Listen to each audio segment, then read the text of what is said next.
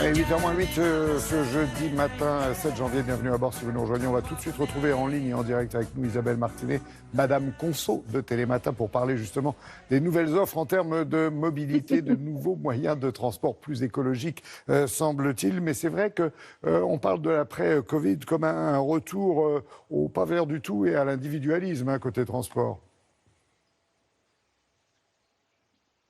Bonjour Laurent, déjà, ça c'est en guise d'introduction. Alors oui, c'est vrai, on est en train de reprendre notre voiture, mais parallèlement, ce qu'il faut savoir aussi, la bonne nouvelle, c'est que le principe d'autopartage est en train de reprendre du service.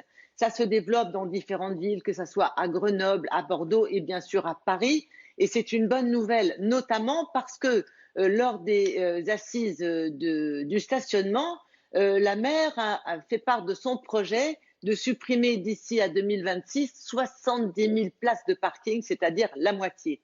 Parallèlement, on a environ 30% d'usagers qui disent avoir envie de renoncer au transport en commun, notamment en raison de la crise sanitaire. Et d'ailleurs, c'est pour ça, c'est à cause de cette crainte du virus que l'on a tendance à plus facilement reprendre sa voiture. En attendant, de multiples initiatives se développent. C'est une bonne chose. Nous avons rencontré une entreprise assez récente qui est née, le service est né au mois de mai dernier.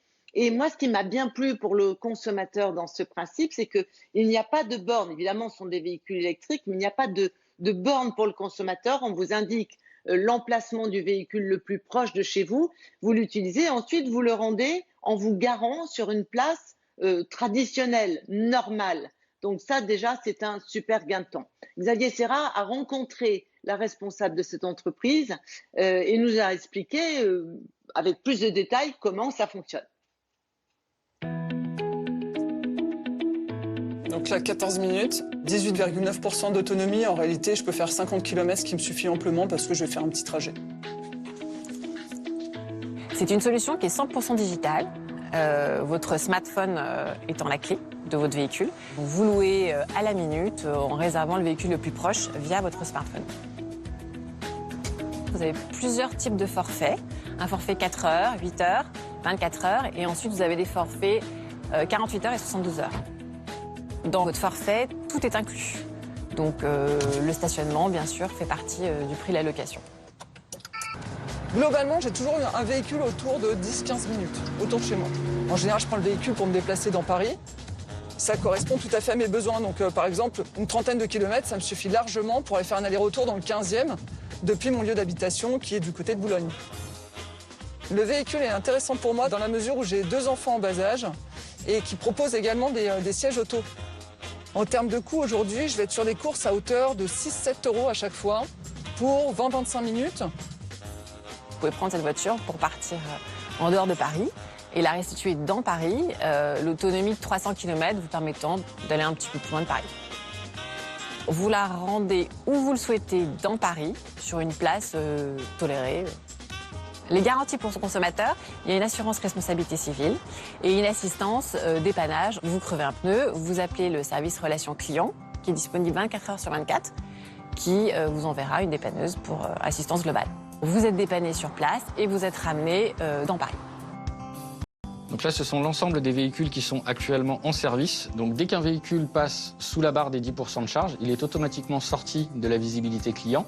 Il est remplacé par un véhicule propre et chargé pour pouvoir permettre la maintenance du véhicule suivant.